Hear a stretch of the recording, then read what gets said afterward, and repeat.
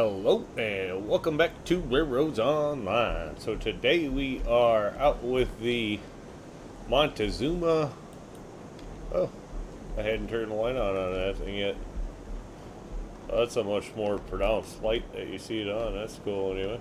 Oh, there you go. Let's throw that on. Alright, so we are out running around in Monty for the first time. The Baldwin Montezuma.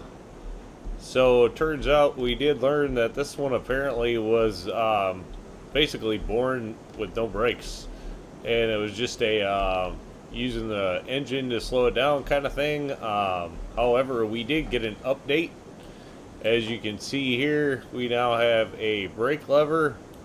So it wasn't over where I was thinking it was, but it has been added there. So we now have a brake.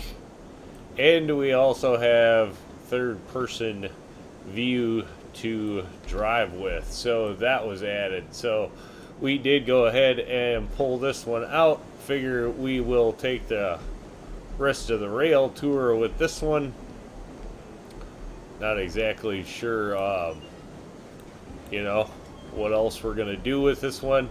It does seem to move along pretty good, but it does not have a lot of pulling power. I can tell that just from coming up the rail. So take a walk through the new way car quick.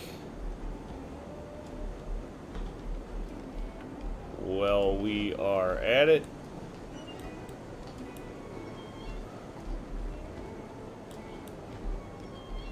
Brake on the back, does not have a second brake up front like the other Caboose does. That one I've noticed, so there is just the one.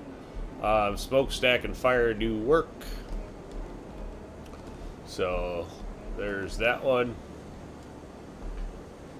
Pulled it up here with this, though it on that tight turn where we upped the grade, it definitely was bogging down, so it would not pull a lot up here, I can tell you that. Alright, looks like pressures are up. Should be good to go. Let's turn those on. Yeah, it does have a bell.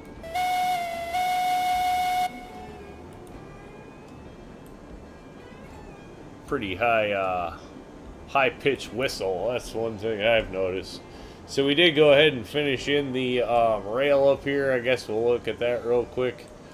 Put in the couple of extra sidings there. We currently just threw the test porter off on a rail just to park it there to get it out of the way. We'll probably end up just deleting that one. But I don't know. Maybe I'll leave it up here for something. Who knows? So I figure we have pushed the rail, excuse me, we have pushed the rail down the, all the way down the hill. So I figure we might as well go take a look at that first run, make sure that everything is going to work. Because I really don't know, though I don't think we had too many problems. Angles have some, not angles, but I guess some of the gradient has been adjusted.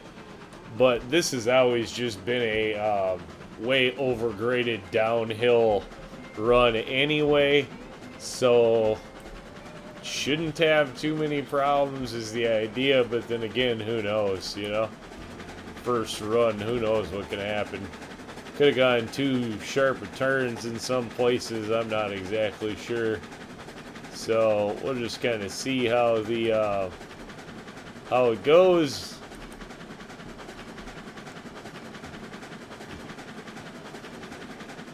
I guess that's the nice thing with test running this without, with not using super strong locomotive and at least having a little something behind it, is it kind of gives us a judge of where the track is as far as what it takes to pull.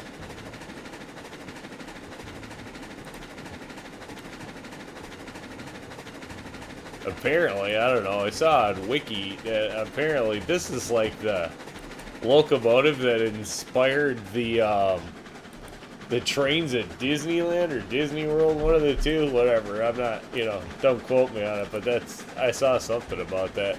apparently this thing was like the first 3-foot locomotive or something for like the DNRG, and then it turned out like it wasn't super strong for pulling what they wanted it to or something, so they sold it apparently to somebody who used it for shunting or something, and then it was like, I don't know, modeled. That's what they used to model after the trains for Disneyland or something. So anyway, it's worth a look up.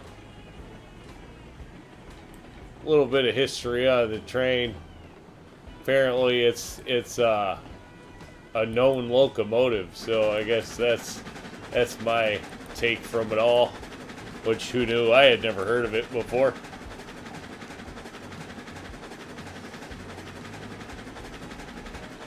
But it is a cute little locomotive for, like, you know, running around, I guess. It's definitely not like, you know, our big mainstay workhorse or going to be, but we'll use it for track tours and stuff.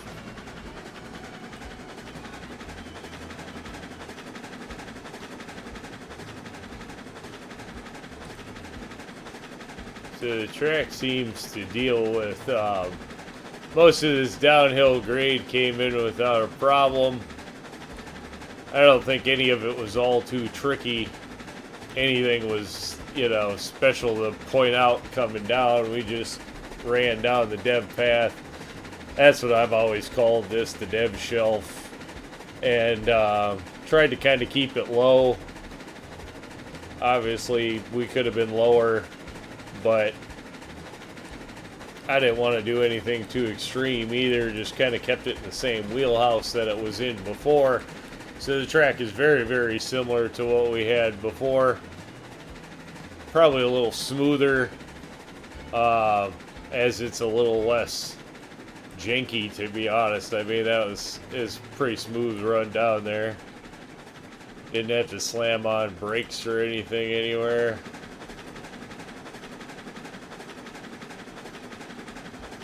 Now coming up here, we have just done the run down to the smelter. We have not finished the smelter rail. We have not done any of the other offshoots or anything else in here, you'll see. So, just the current state of where we're at. I figured I would show the downhill. 1881 we threw on the side of that. If I remember right, that's when it said it was built. I don't know, it's a way car from 1881 or something. So there you go. Hopefully this isn't too sharp. This is one of the question marks in here. I know originally this was something to lay. We had the big benefit of, like, we don't have to trial most things. We are just simply following our old tracks. So as long as we stay kind of in that envelope, seems like everything is working out okay. Now this turn, or this, we always need some brakes, so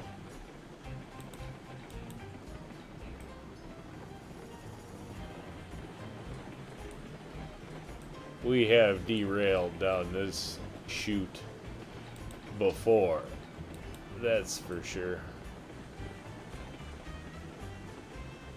But again, we went a little more gentle with everything, so not quite as slamming on the drops. Just trying to keep everything a little bit smoother on the second go. Now that we have a little more experience getting there. We did just go metal with the bridge across here. Keep it easy. Again, nothing too special on this run.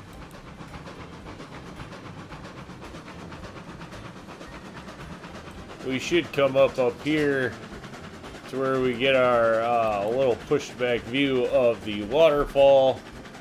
Now that we have taken a lot of those trees out of there, we can actually see it. Some you can already see. I mean, we're still going to take out, I think I'm going to take out yet this group of trees in here, and probably a few more in here on the push-up, just for a little more of a scenic view. Looks like we'll have to take out a few trees on the other side, but at least we get a look up the waterfalls there now finally. So that's been enhanced a bit. Like I said, still more to do. We'd like to have a nice view of the water as we go by there. So we're going to take out a lot more trees actually in there. But it's beginning to pay off.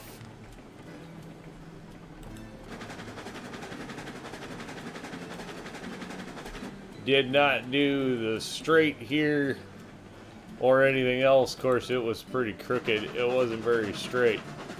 It will be straighter. Of course, that is going to be probably the last big hard challenge, is actually running the rail up the smelter to back out of the smelter valley. Really, that's going to be the last super hard. Well, that's super hard, but that's going to be the last of the hard track to lay. Everything else on the rail lays easier than the run up to the iron mine and out of the smelter valley were the two hardest things that we laid, so at all in the entirety. So I think that's coming to the end of the line. We're gonna kill it right there. As you can see, we still have a big pile of iron ore, not full, but definitely up there, which this is my favorite drop off in the game, so there you go. But that's the new run down to the smelter from the iron mine, and I think we'll call that one an episode. Call it a success anyway, with the new Montezuma and the updates to its brake and its driving position. So thanks for tuning in. Remember, if you get a chance, like, share, subscribe. Subscriptions are free, but they sure do help the channel. Y'all have a great day.